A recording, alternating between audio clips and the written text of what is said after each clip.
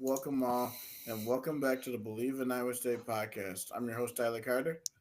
I'm your host, Cody Vanciolillo. Cody, it was a workmanlike performance by the Clones on Wednesday. The Clones win 82 to 59 going away. I'm not going to lie to you. I was a little bit scared when Utah took the lead a little bit earlier in the game. How about you? Um, yeah, yeah. I mean, Utah came out like the they were able to hit some shots. I mean, they had a what was it? That first half was a tale of two long runs because when Iowa State took like what was it, the first lead, Utah proceeded to go on a 15-2 run that was led by one of the Madsen brothers. I believe it was Gabe Madsen because he was probably the best. He was the best performer for Utah against Iowa State that went on that Tuesday at Hilton Coliseum. So Iowa State had to deal with a flurry from Utah then, and it was like I said, 52 run. Gabe Madsen, he was the leading scorer for the Utes with 20 points.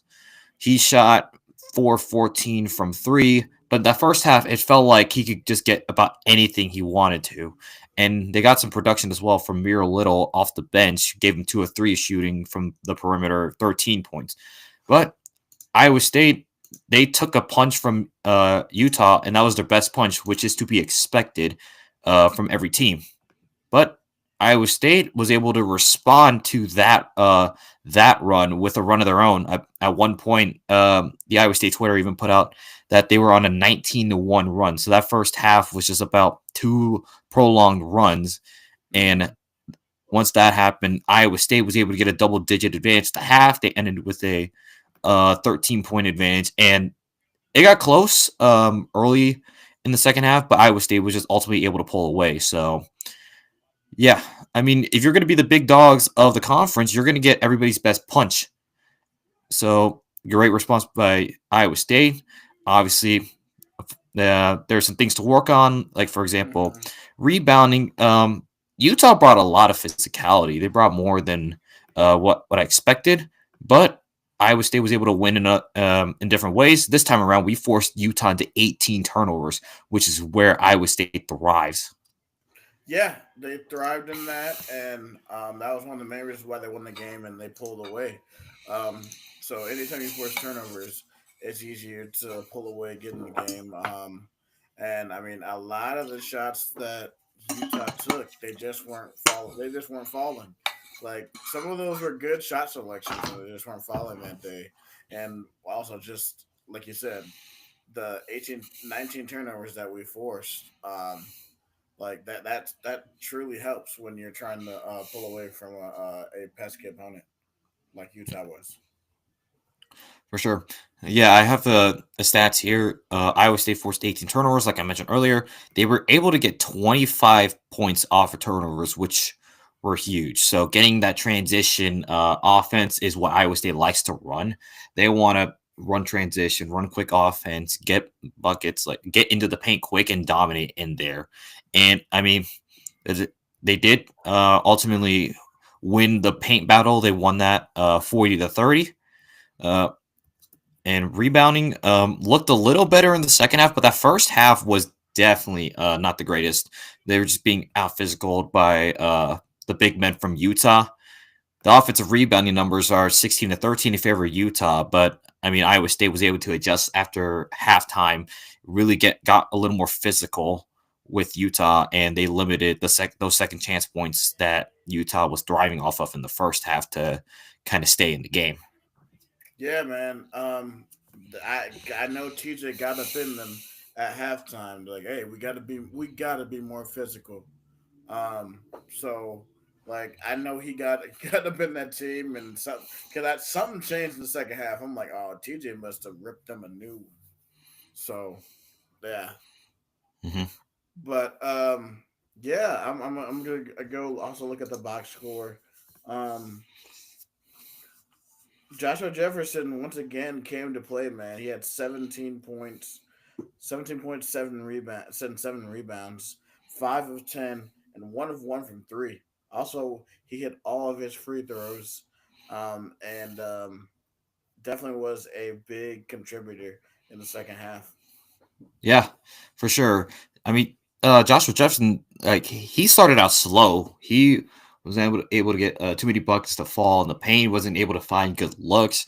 Just that first half was really slow for him. But I mean, that second half obviously did much better. And seeing a big man being able to hit all of their free throws is a great sign to see because that was one of the things that kind of held back the team a little bit the last couple of years when we our bigs were Rob Jones, Trey King, and Hassan Ward. And I mean, they weren't bad big men, but those free throws, like that was something that was criticized a little bit from the men's team the last couple of years was just guys not being able to hit the free throws. And now that we see a bigger player like Joshua Jefferson hitting their free throws, it's a great sign to see. And speaking of free throws, Taman Lipsey, he was living at the free throw line. He had 14 total attempts, converted on 11 of them to add to his probably his best game of the year. 20 points, 7 rebounds, 2 assists, and 2 steals. I mean, yeah, Cody. Any time that you can basically foul out, basically put three of their big men in foul trouble, you know you're doing something right. That was the craziest thing for me. Is like, man, they got all. I'm like, dang, all of their big guys are in foul trouble right there. So that's just elite point guard play from Taman Lipsey right there, man. So I like where he's at, and of course Cujo steps up again, man, with 23 points. Uh, Mister Six, Mister Six Man, that's what I call him. hmm I mean, at this point, yeah, he's a starter, like off the bench. Like they said on I believe commentaries, like he's instant offense. Like as soon as you put him in, he'll get you like a few quick buckets, and you get your offense going. And it felt like there were points of time where Curtis Jones just wouldn't miss.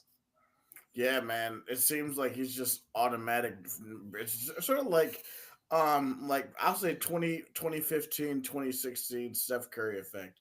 Basically can pull up from anywhere and you just are very confident that he's going to make it. So like for me, I think that, we can put a bow on that preview, or not that preview, the reaction on that, and let's really get into this Texas Tech game. So on that same night, Texas Tech came back against BYU. So we are on the road tomorrow against BY or against Texas Tech, and Iowa State is a currently a 1.5 point favorite going into that game. Okay, I'm thinking with this game, it's tough. It's tough to play at Lubbock. It's never an easy game when it comes to playing in Lubbock. Yeah, that 1.5 point favorite. I think yeah, they the sports bookmakers like Vegas really loves Texas Tech at home, and I mean United Supermarkets Arena never an easy place to play. Mm-hmm. Obviously, able to come back at BYU. I will say, but the one thing that is kind of surprising is I look, they actually lost to UCF at home. So Interesting. yeah, but they barely lost. I mean, it took UCF shooting 44% from three to beat Texas Tech. They only won by 4. Meanwhile, Texas Tech only shot 18.8% from three. So it looks like the way UCF was able to beat Texas Tech was just being able to hit their threes and hitting their shots. They were 52% from the field. So that's kind of the thing that for Iowa State that you want to see is you got to have your guys be able to hit their shots. Obviously, put up good shots, get those quality shots, and be able to hit them. That's going to be the one thing that needs to be seen from Iowa State in order to win. But Texas Tech obviously is no slouch either. They took a then ranked Texas A&M down to the wire, and I mean that 5 point loss to A&M is looking a little better because A&M looks like one of the better teams in the SEC. Yeah, the SEC is definitely taking the case for being the best basketball conference in the nation from the Big 12. So for me, I look to uh, you know to see Tech make it. I think it's going to be a track meet, man, because if you look at their defensive numbers are way down.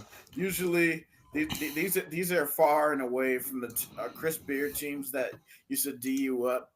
Now they just Tech wants to outscore you. So I think for us, if we, we're on, we just gotta play our type of ball. Like as you know, Iowa State can play any type of style. So if it has to be a run and gun, we can run and gun. So, Hmm.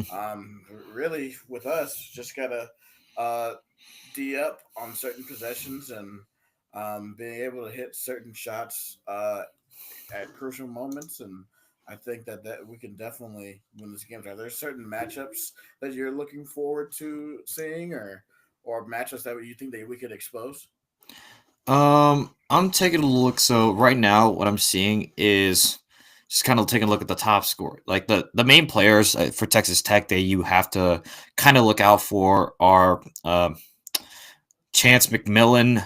He's Mm-hmm. usually puts about 32 minutes a game. You've also got Darian Williams, who is the team's leading scorer and rebounder. You also have Elijah Hawkins, who can distribute the ball well and also be able to pickpocket you, because Elijah Hawkins is the leading assist player for Texas Tech and also leads the team steals at about 2 steals a game. And then Mm-hmm. defensively, you're going to get some size because if the fans may be familiar with the name Federico. If you know that name, he was a part of that pit squad that eliminated Iowa State in TJ's second year at Iowa State. So Mm-hmm. he's over at Texas Tech now. So that'll be a name familiar. But I mean, like I said, if we were able to not only be able to run the track meet with Texas Tech if need be, we could also get Joshua Jefferson against Federico. I'll have to see how that matchup goes. That's going to be the one matchup, if I'm assuming that matchup is correct. I'm not sure who Mm-hmm. Deshaun Jackson will be matched on, but if the matchup is Federico, and Joshua Jefferson, that's a fun matchup to look out for. That's gonna be a battle down the paint right there, man. I'm looking forward to seeing that matchup. And then another thing I see, I'm also on their page as well. One of the keys to this game, for me at least, is gonna be rebounding. On the team stats page so far this year, they're tied for 125th, averaging 37.4 rebounds per game total. Hmm. So I think that this is going to be a game where we're going to have to assert our dominance in the paint. Like the shot, like the bigs are going to are going to have to put in work, man. Those second chance points, offensive rebounding, defensive rebounding, boxing out. That's going to be key. Mm-hmm. Yeah, I just think those rebounding numbers, like those second chance points, especially if you're playing very close game, those second chance points will be very crucial. I would expect another solid performance from Branson Chatfield, who has averaged about two offensive rebounds a game, and Iowa State is like in the middle of the pack when it comes to offensive rebounds, with about 10 offensive rebounds a game. So Mm-hmm.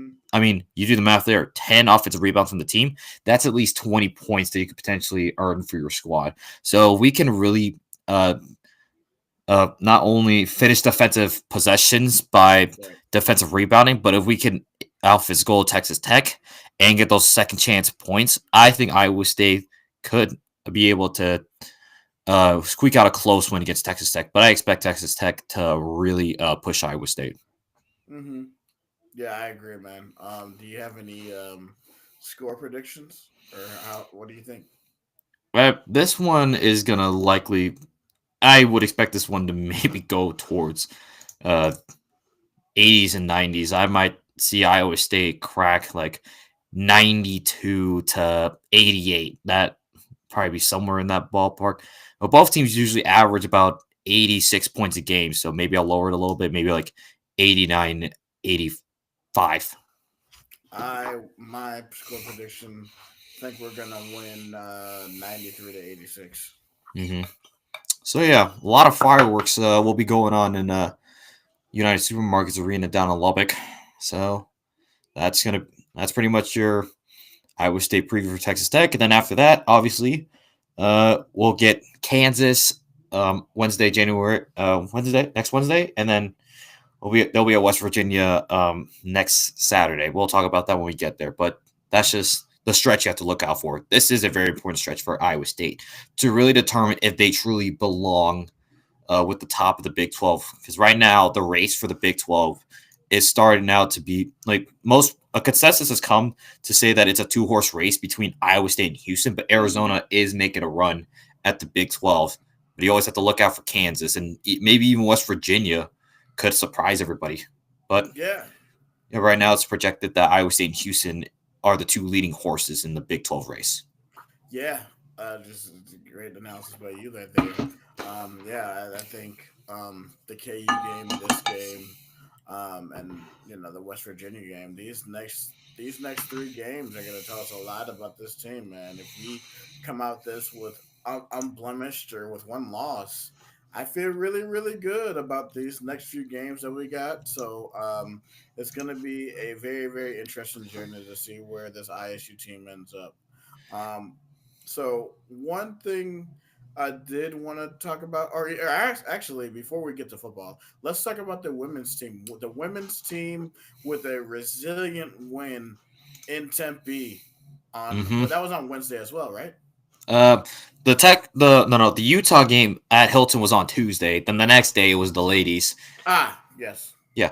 So yeah, you mentioned the ladies. yes. What a performance from Ariana Jackson. She had probably her best game of the season. Like especially just, I think she hit her season high of like what was it, 20 points, I believe. Mm-hmm. Oh no, 16. Yeah, the ladies won that game in Tempe against the Sun Devils, 90-83. This was like at one point Iowa State was up by 20, but Arizona State was just, they kept hanging around, and I mean they were hitting their shots, and they made this a real game. And then it was just a game of Iowa State getting out to a big lead, but Arizona State continued to fight, and they did not go down until the very end. So I mean, tough, gutty win on the road. It's never easy to hold big leads at on the road because as soon as a couple buckets start falling for the home team, crowd gets into it, the players are feeling it, and they feel that pride of wanting to protect home floor. So great win for the ladies. And they'll get prepared to play Arizona tomorrow, which will be right after the men's game. The men's game does start as tip off at 1 o'clock local time, and then it will tip off. The ladies will tip off at 3 p.m. local time. But when I actually go into the stats about the women's game, you Yeah. had 5 players hit double-digit figures in points. Audie Crooks leads the team with 20 points. She also contributed a couple of rebounds, an assist, and a steal with 2 blocks. Um, then you also had, obviously mentioned earlier, Ariana Jackson. She was 66% from three, contributing 4 free throws for 16 points. Emily Ryan had herself another pretty nice game, 16 points, 8 rebounds, and 4 assists. Both Ariana Jackson and Emily Ryan were perfect from the stripe. Addie Brown, even though this is kind of a down game for her, still was able to contribute Mm-hmm. 14 points and almost had a double double with close with 9 rebounds, a couple assists, and a steal. And then off the bench, Reagan Wilson had kind of a breakout performance. She contributed 10 points off the bench. She went 4-4 from the free throw line and also hit 2 3-pointers. So great sign for Reagan Wilson, a great sign for the team because they now know they will have a pretty reliable substitute at point guard. So it'll be great to for Emily Ryan, given that Emily Ryan is on a limited minutes basis as a result of obviously her health issues that were discussed in the offseason, and she opened up about in the offseason. So Emily Ryan will still be on that minutes restriction until she gets the clearance to play a full 40 minutes. Mm-hmm. Yeah, and I mean, Reagan Wilson, man, 10 points in 9 minutes. It seems like she could be a spark plug for the Cyclones. Probably something that the Cyclones have been looking to spark them in their season. So far, I mean, they're right now they're still within striking distance. They're only 2 games away. They're still there. I see that there's a bunch of teams in the women's side of the Big 12 that are 4-0, or that there's K State and TCU are 4-0. Oklahoma State, West Virginia, and Baylor, Utah are 3-1. Colorado and Iowa State is tied with Colorado. So it's Colorado, Arizona. in Arizona State. So the conference is still within striking distance for them. It's still early. Yeah, I think just the main thing now, like it's good to see. Still have a lot to work on, especially in the defensive end. Just got to be able to close out these games. But I mean, you're in conference play. You would like to get wins in any way possible. Obviously, you still want to look good doing it. So it's good for them to win that game, even with the defense. So I'm just hope. I mean, we did see a glimpse of some of the defense. I mean, against Arizona State, there were a couple possession. I mean, turnovers were about even, but we got a couple of turnovers in pretty crucial moments to get momentum. So, just if we're able to really take care of the ball, pressure the ball well, force teams into tough shots, I think the women can like. Hopefully, this is the start of them turning around because after this, they'll stay in the state of Arizona to take on the Wildcats, and then they'll take on Texas Tech at home. They'll come back home for a home game against Texas Tech. That'll be the day before Kansas, and then they do travel at West Virginia um, the day after the men travel to West Virginia. So both basketball teams will be in Morgantown that weekend before school starts. So hopefully, if Iowa State is able to um, get out with like a three, like these next three games with a 2-1, maybe even pull off a road upset. I don't know. With how chaotic the conference could be, maybe the ladies could find a way to cause some chaos and win at West Virginia. But yeah, maybe that game could start something, but still a long season to go. Definitely, it's a long season to go. Like you said, Cody, with all the shameless plugs, make sure Clones fans to when would that doubleheader be? Would that be at would that what day is that doubleheader? West Virginia. Yeah, Oh, because I know you said the men and women play at home. no, no, oh, no. Both the men's team and the women's teams play at Morgantown one day after another. So it'll be the men's team that plays on Saturday, the 18th, and the ladies play the following day. Oh, on Uh, Sunday. Okay. yeah. So that'll just be kind of a riot bowl doubleheader type of weekend. Yeah, make sure to Clones fans make sure to tune in Saturday and Sunday. Take a break from Super Wildcard Weekend. Go ahead, share on your clones, and yeah, let's talk about this playoff game, man. That was a very good game yesterday. I went over to my friend's house. We had some pizza, typical game day food, but Mm-hmm. man, it was a very rough game. Notre Dame pulled it out in the end. Mm-hmm. Yeah. This the first half was, or yeah, the first half was very tough to watch. I mean, it was the first half score was 10-3 in favor of Penn State, and the third quarter only had one touchdown that was scored by Notre Dame, and it was tied 10-10. But the fourth quarter is where all the fireworks really came in for this Orange Bowl. You start Mm-hmm. with a Jeremiah Love touchdown 2 yards out. Then you get Nick Singleton scoring back-to-back touchdowns on the ground from 7 yards out to put the Nittany Lions up 7 points. Then you had Jaden Greathouse with a beautiful pass from Riley Leonard to tie the game up.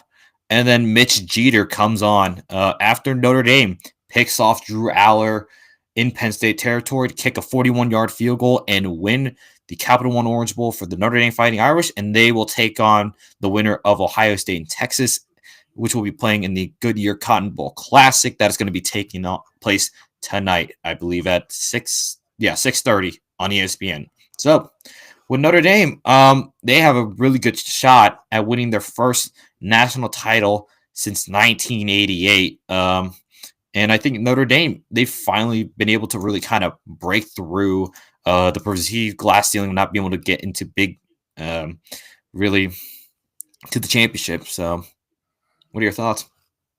Yeah, I mean, I thought that was just a Notre Dame thing where they just couldn't get over the hump in big games. But then I remember their former coach Brian Kelly, even back at Cincinnati, they never really could win big games at all.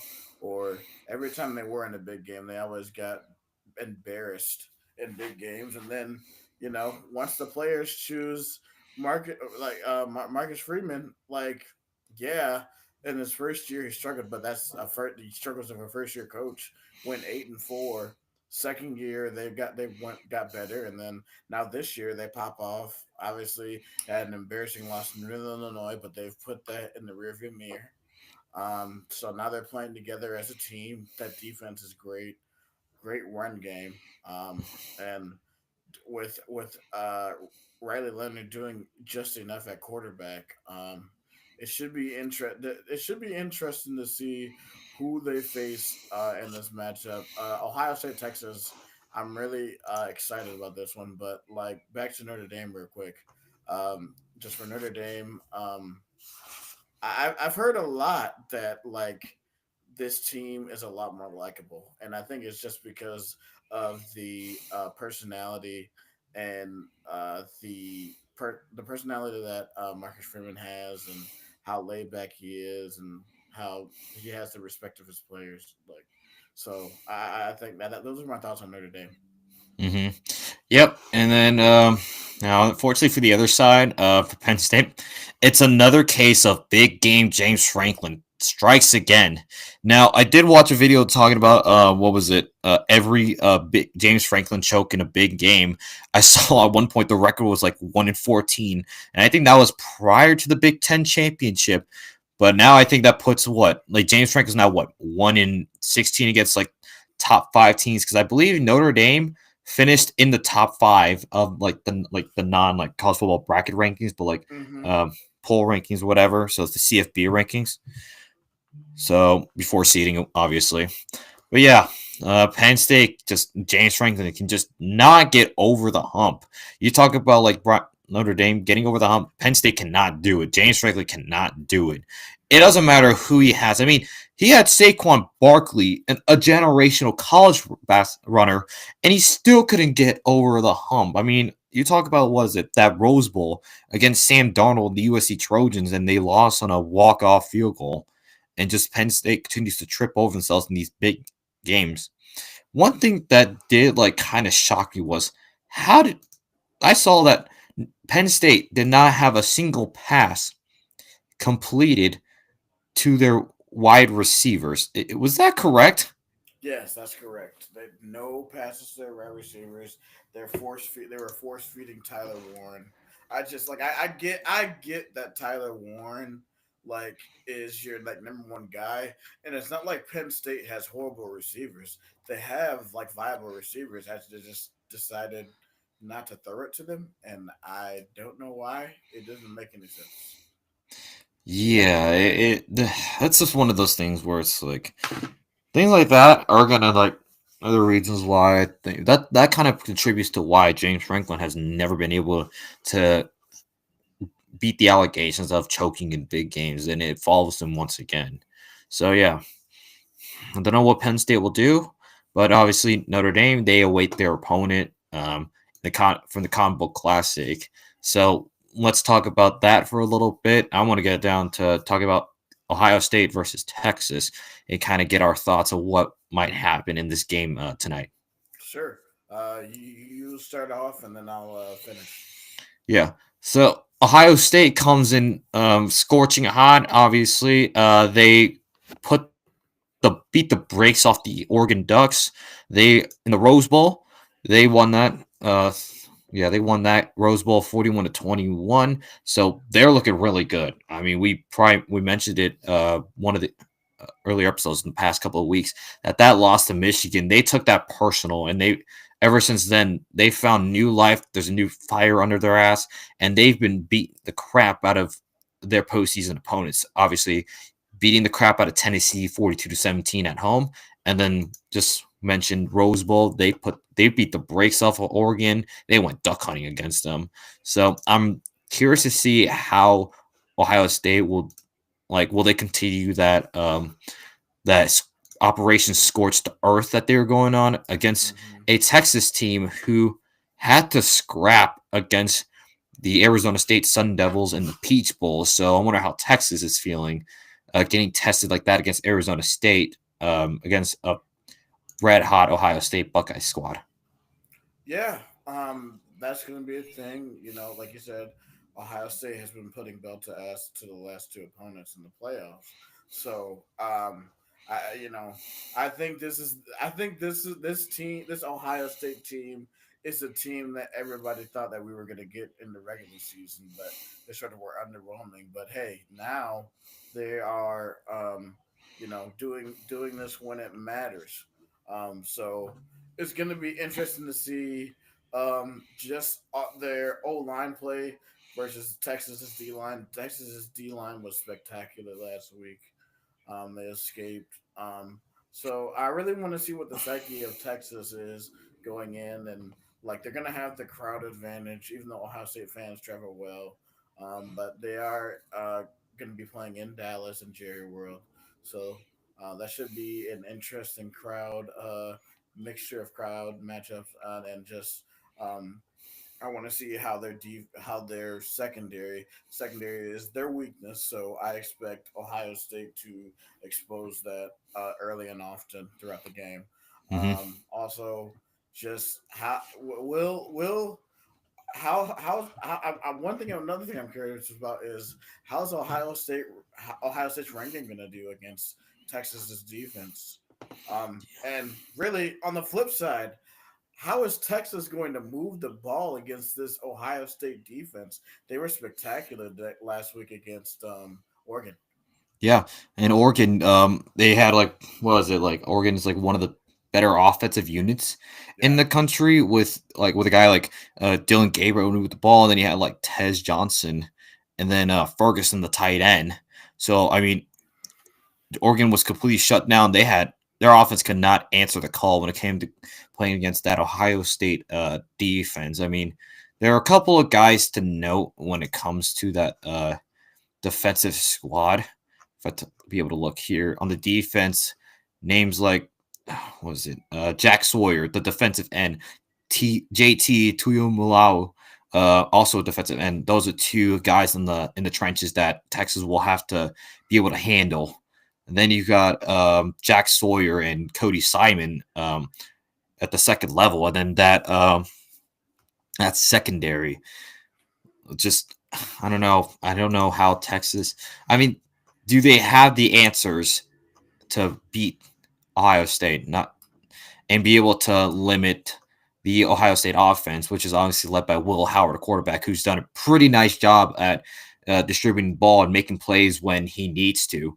I mean, he's also got a big supporting cast with Trayvon Henderson and Quinshawn Judkins at the running back positions, and then the the wide receiver room. You've got Rich. You've got talent galore.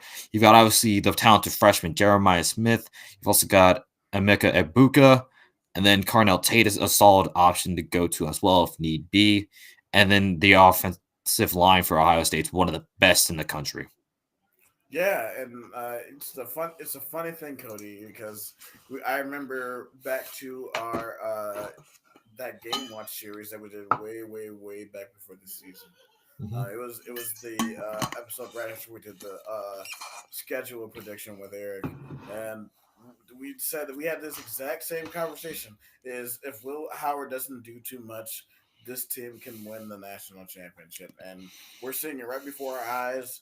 Will Howard is playing within himself, and I mean now they're on the doorstep of trying to win the national title for the first time in a decade. So Mm-hmm. Yeah, I truly believe that Ohio State is like, I think them in Notre Dame, like in that semifinal, I think those were the two teams with the best chances to win the national title. And we're definitely. halfway to having that national championship game. So yeah, we'll see. But maybe that homish crowd for Texas could get them uh, to the national championship. And I mean, for Texas, their first year, they lead the Big 12. I mean, they were at this position around this time, like the semifinals last year. Hmm. Remember that Texas and Washington played in the Sugar Bowl semifinal, and Texas fell just short in that game. So I wonder if it's kind of exercises of demons for the Longhorns to get back to that national championship game. Yeah, it's been a while for them. I mean, last time they were there in 2009. Last time they won was '05, so Hmm. it's been 2 decades. Yeah, but Texas fans will die on the hill that if Colt McCoy doesn't get injured, they win the national championship in '09. No, they wouldn't. Alabama would have beaten them still. But yeah, Anyway, what are you thinking of this game? Who wins? oh man, I mean, I think Ohio State. I think Ohio State is more talented on the offensive end than Texas, and I think Ohio State's offense is a better that matchup. I think Ohio State has superiority, and I think their defense will do enough to limit Quinn Ewers and Gunnar Helm. I think Texas. This is not as great of a matchup for Texas because the trenches like are great, but I mean their secondary isn't great, and we did see a glimpses of that even in that game against Arizona State, where Cam Skadoo obviously had that passing touchdown Hmm. that actually burned the secondary, and I mean there were weaknesses that were shown. I mean Texas had to go to overtime and almost lost the game, so Hmm. I think being tested like that, it'll either challenge them to be better or it might break them. And I think Ohio State is just too talented for this Texas team to quell enough for them to get past. So I'm going with Ohio State to advance. I believe I'm going to go like 42-38 for the final score of this game, and Hmm. Ohio State will play Notre Dame in the national championship. All right, an all Midwest natty. I like it. Um, so for me, like I said before, it's going to come down to can Will Howard get the ball to his talented receivers and other weapons, backs, tight ends. I think he can. Um, and really, for the answer for Texas is how is their secondary going to step up against these elite receivers? With that being said, I think Ohio State is too powerful for Texas. I think Ohio State wins this one going away 31-20. Mm-hmm. So it's going to be a all Midwest um, national championship. Also, fun fact: if you look at every single level of college football, the Midwest has won at every level. Mm-hmm. I mean, obviously include North Dakota State winning the FCS championship. I don't remember who won the Division Two, but I know my another local Fair, U.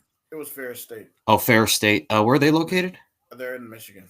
Okay, yeah, but another local university of mine, Grandview University, which is where one of my siblings went to. They won the NAIA national championship, and their head coach, I think, just recently got called up to coach at Drake University. Yeah, I saw that, and I have a local connection as well. North Central, which is located in Naperville, Illinois, which is south of me, and I grew up around that area. They won Division 3 national Hmm. championship. I believe that's their third national title in a row. So Hmm. they have been edging out Mountain Union, who used to run D3, and now North Hmm. Central has made their mark. So congrats to North Central. Yep. Yeah. With that said, some quick transfer portal news. The new we bolstered the defensive line. I mean, we got Tamatoa McDonough from Yale University. He's a 6'5", 253-pound defensive end. He collected 27 tackles for Yale last year, and he has 1 year of eligibility remaining. So we that was a relatively quick turnaround for Iowa State to replace Tyler Yendom after Tyler Yendom committed to Texas A&M. Yeah, they had to do something at that position. We're obviously still going to learn more about all the other young guys going through winter camp, and we'll see who will probably have a chance to fight out that position once the spring game rolls around. And to end the show, we gotta talk about we gotta talk about the news that hit in the coaching world. Obviously, we know how incompetent the Chicago Bears are as a franchise, and there was a conversation that Matt Campbell decided to. This was a Chicago writer, Brad Biggs, who is usually on Chicago Sports Radio a lot. But it's from Chicago Tribune. It was a few days ago that they confirmed that the Bears were interviewing Matt Campbell for the head coaching position of the Bears. And I was like, dude, there's no way that he takes that Bears job, especially with just everything that's been going on at ISU and just like really just the autonomy that he has at this position, him being the greatest coach ever. Me me as a Chicagoan knowing how incompetent this franchise is, and just also with the vitriol that the city of Chicago and Iowa State have with one another. Hmm. Yeah. I can add the Chicago Bears to the list of rumored places Matt Campbell would be leaving Iowa State for, and I mean, some people like were actually feeling more concerned about this one than other ones because other coaching news: Kyle Kemp recently took the role of offense coordinator at Drake University. So great for Mm-hmm. Kyle Kemp, and I might even get to see Kyle Kemp some more because it'll be at Drake University. So great, but some people were saying there might be a little more ground with it. But I mean, here's the thing: I don't think Matt Campbell is not the person to really take on a job unless he truly believes um in that job. And I mean, Ames is kind of where he's been, and he kind of wants to be. I mean, he's Right. built his legacy here, and I think he wants to continue to do that. I mean, I don't know what, and plus knowing the history of the Bears with the way head coaches are, and knowing the history with the McCaskies, I don't think Matt Campbell will want to go to a place where he's kind of on a tighter leash because of the McCaskies. Yeah, I was talking to my Bears fan friends, and they're like, "Dude, we don't want him." I was like, "Yeah, you better not ruin him like the Bulls did with Floydberg, but and Tim Floyd." But that's just sour grapes. Me as an Iowa State fan and Mm-hmm. stuff, but yeah, man, that's just what I wanted to talk about. Do you have any other things you wanted to add I before we guess, go? yeah, real quick, I'm just going to plug some gymnastics tonight. They're going to be hosting their first home meet. This will be a tri meet. So, this will be Iowa State hosting the Iowa Hawkeyes and the Brown University Bears of the Ivy League. This matchup against Iowa will not count against in the Cy-Hawk series because the official Cy-Hawk matchup will take place on March 7th at uh, in Iowa City. But I mean, if you're in the area, I mean, the gymnastics team had a not too bad showing against the defending national champion LSU Tigers, so that got them a lot of attention because LSU is a very notable, like they're big in the college Oh gymnastics yeah, world for obvious reasons. But it's an opportunity to get to check out gymnastics ladies. I mean, coming off the heels of the USA Olympics, obviously. So if you have that itch to check out some gymnastics and you're in the local Ames area, go ahead and support the ladies tonight. This will take place at 6:30 local time. It'll be streamed on ESPN Plus, and the theme for that gymnastics meet will be color cardinal. So wear your favorite cardinal merch for that. all right, thank you for that shameless plug, Cody. And thank you guys for joining us on this episode of the Believe in Iowa State podcast with our Utah reaction and Texas Tech preview slash football slash everything at ISU. We can be found on X slash Twitter. I'm at Sci Guy. Cody can be found at Matt Campbell Impersonator. We can be found on our five forms of social media: X, Twitter, YouTube, Facebook, Instagram, and TikTok. So for Tyler Carter, And for Cody Van C. Lello, this is the Believe in Iowa State podcast. Roll clones, baby. let's go state.